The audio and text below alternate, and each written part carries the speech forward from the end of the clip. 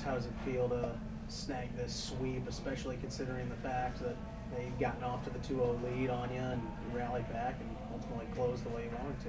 Yeah, it feels great, for our guys to experience the sweep and all that goes with the sweep. Those are always fun, especially at home. And you're right, the start was not ideal. We said to the guys, we knew that they were going to play hard. They played hard all the way to the end last night.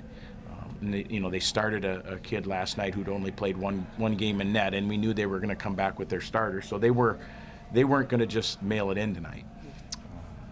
But to our guys' credit, they stayed with it, and getting that goal in the first was big to give us a little momentum. And then we started to play there because we weren't matching RPI's effort early, and we were able to. And then second period was really good, and the second period hasn't necessarily been our best period. And 2 nights in a row we've had really good second periods, and we were able to score and tie it up. And then the third was great. 2 for 4 on the power play tonight, 4 for 10 for the series. They just kept it rolling. Yeah, the special teams have been really good, and if you look statistically at where we're at across college hockey, our power play's a power play that's in the top 16 or 18 in the country. It's probably gone up now. Our penalty kills in the top 16 or 17. Our goals for is in the top 20. The goals against is the one area where we've got to continue to improve. And we give up 3 goals this weekend. That's a step in the right direction. And we believe that we can defend. But you're right. The special teams were great all weekend.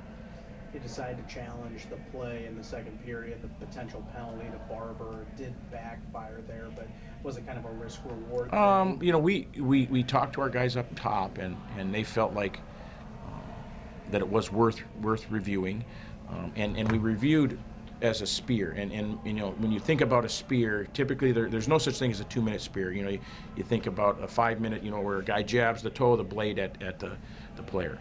This was more coming underneath, in the area that's uncomfortable, and we were under the impression, and we thought that we were told last year that any of those plays up in the groin area are deemed the same as a spear, because he didn't hit him with the toe of the stick. It was clear what happened, and the referee explained it. In his mind, it was a 2-minute, not a 5-minute. But you can't call a 2-minute as a review, and we felt like it was worth the risk. Our penalty kill was doing a good job, and ultimately we killed it off, and then we got a 5-minute major not too long after that. Alex Barber getting 100 points tonight, just kind of what was that like?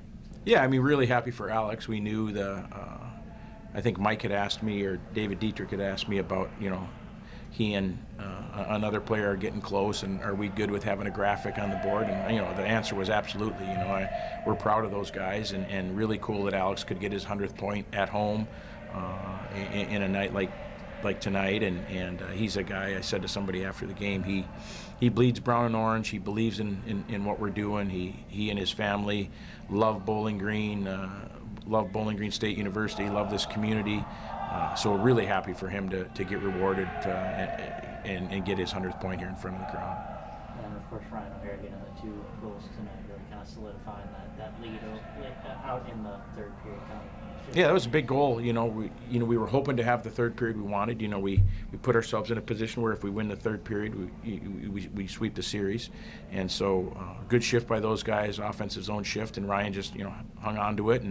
And last night he worked really hard and had some great attempts. And their goalie, he probably should have scored more goals last night, but their goalie played great. So nice for Ryan to get one that maybe was a little fortunate. So they all even out at the end, but really happy for him. He had a real good weekend.